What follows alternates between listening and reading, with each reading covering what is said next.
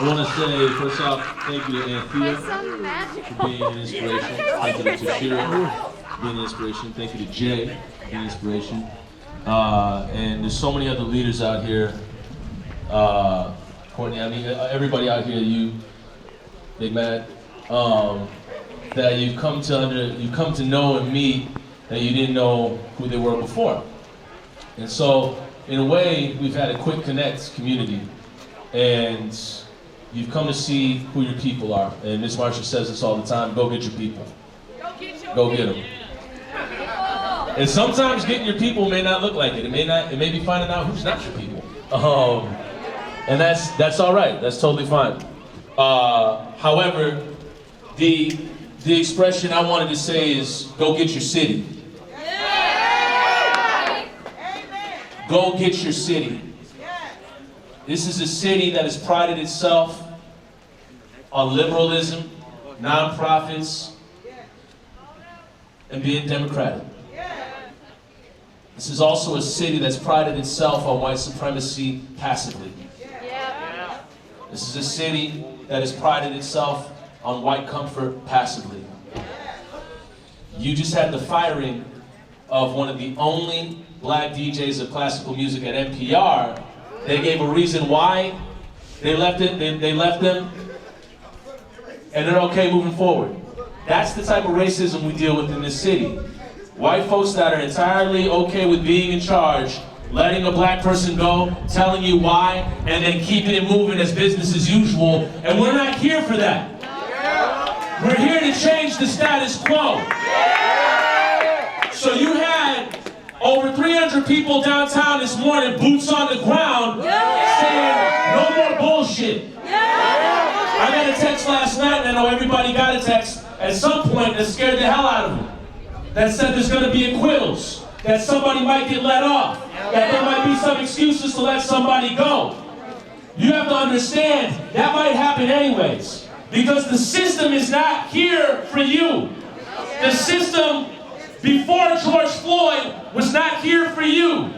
The system before Philando was not here for you. The system before Jamar Clark was not here for you. The system before Thurman Blevins was not here for you. The system in 2013, when Terrence Franklin got shot in the back of the head in a basement in Uptown execution style, was not here for you. And now, you're showing up to say, we're not asking anymore. It's going to be here for us, whether you like it or not. Dismissal or acquittal, we're going to take it back. Go get your city. Go get your city. In slave times, they would take a black body. The white master would take a black body and brutalize a black slave in front of the rest of the slaves to let them know, you step out of line, that's going to happen to you. You step out of line, that's going to happen to you. To instill traumatic fear into black minds and black bodies to control them. You can't tell me that in June 14th, 1920, when they hung 3 black men in Duluth, those white people that hung them had kids. Those kids had kids. Those kids had kids that now work in the law enforcement in Duluth. The white supremacy here has been bred down the line. Derek Chauvin was acting out of a byproduct of white supremacy, which is the Minneapolis Police Department. Derek Chauvin thought that he was brutalizing a black body to scare the rest of y'all away. Little did he know, little did everybody else know, little did the Minneapolis Police Department know, and did the reverse. It didn't scare nobody. It posed everybody and activated everybody to know who their city is, know who they are, know who their people are, and to go get it. They want to make displays and brutalize our bodies. They want to make displays and fire us and say that it's okay. They want to make displays, rewrite our narratives, and say that it's okay. I had to leave my job at public media, Twin Cities Public Television, because I was tired of the bullshit. Look at every media outlet's Twitter before May 25th. That will show you what they're about. Look at their Twitter when Terrence Franklin got killed. Silence, crickets. Now I'll show you what they're about.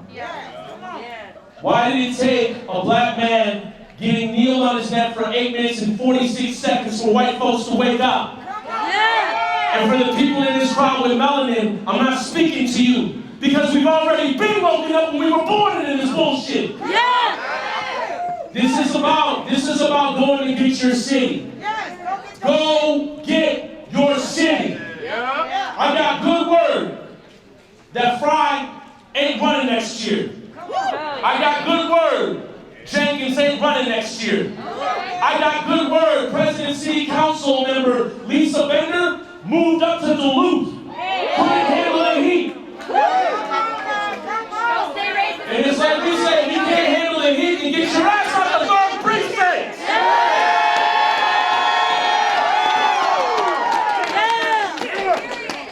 She's up in Duluth having Zoom meetings with constituents, only 100 apiece. Everybody else can wait outside. That's your leadership. Mama didn't show up when Terrence Franklin got executed. Mama didn't show up when Landon got executed. Mama didn't show up when Jamar Clark got executed. You know who did show up? Twin Cities Coalition Justice for Jamar showed up and are still here, boots on the ground. These are your cohorts. These are your people.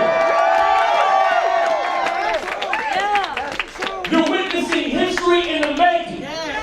Tashira didn't get to march for Justin Tigan until the city got activated, until you showed up.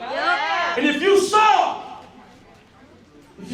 Marilyn Hill's face, a black woman who lost her son in 97, had to wait 23 years. 23 years for somebody to do something, say something, give her a PA with a microphone to say something. The joy in that woman's eyes a week ago to hear, say his name, Demetrius Hill. Say his name, Demetrius Hill. Say his name, Demetrius Hill. Say his name, Demetrius Hill. That was a moment of catharsis that woman had never felt before, and you could see it in that moment. You could see it in that moment. And you understood that a community coming together was all that she needed. She had lost her brother that was fighting for justice in 2010. The brother went up missing. A black woman pulled me aside after doing a month of these marches and pulled me aside and said, be careful, I had a family member have schizophrenic behavior for marching for justice. Black folks, I understand and I see you. People of color, I understand and I see you. This will make you go a little bit crazy. Having to announce yourself as human, because you shouldn't have to do it.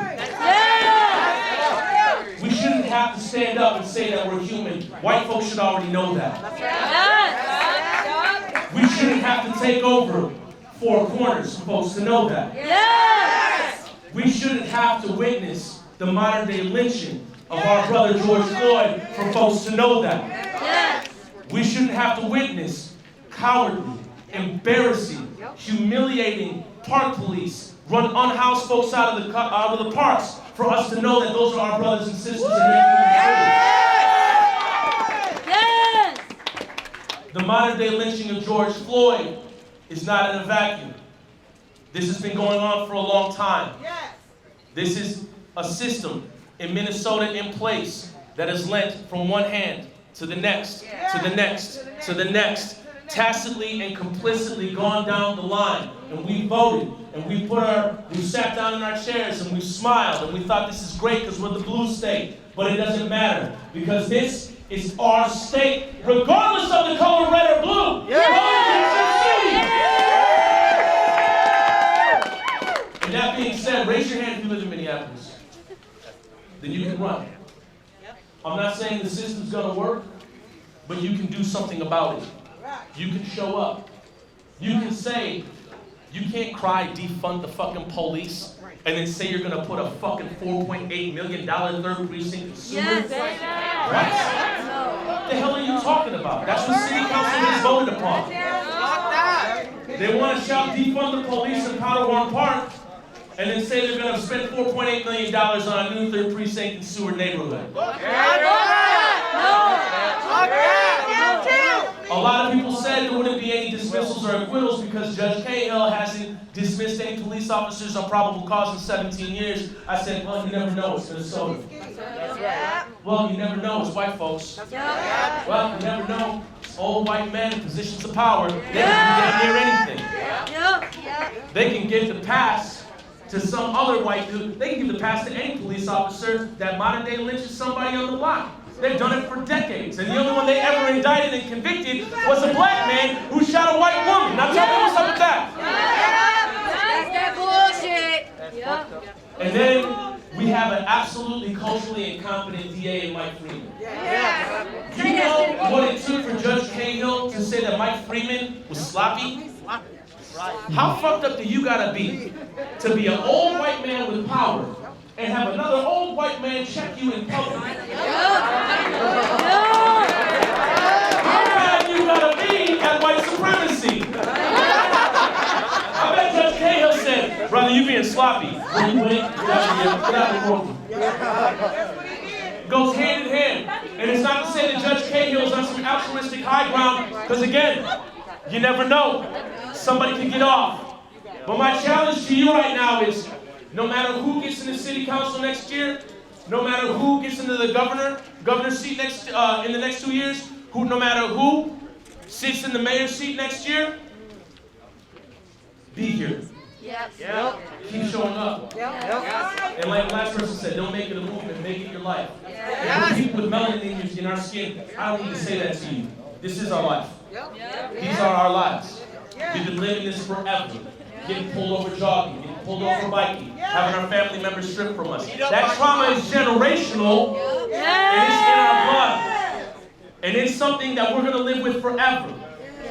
So for this city, I'm asking everybody to keep showing up no matter what.